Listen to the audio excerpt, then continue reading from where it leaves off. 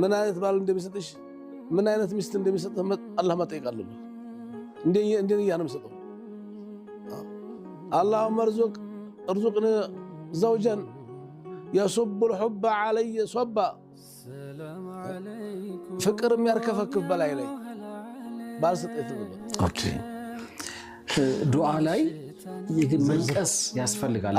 ኦኬ ያስፈልጋል ዘርዘር ያስፈልጋል እንደዚህ ብሎ ልጅ ብታው ልጅ ሰጣው ዝም ብሎ ምንም አይረባ ባልም ብትለው ሚስት ብትለው እና ስትደርስ አቅባዳ ስትደርስ ዑመር ላግባ ይችላል አሉ ዑመር አይሻ ጠይቁ ይችላል ስጡኝ አሉ ሽል ጠይቃት አለች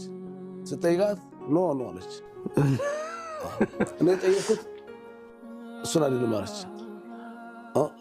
ዑመር አንደኛ በእድሜም ሄደዋል እንደ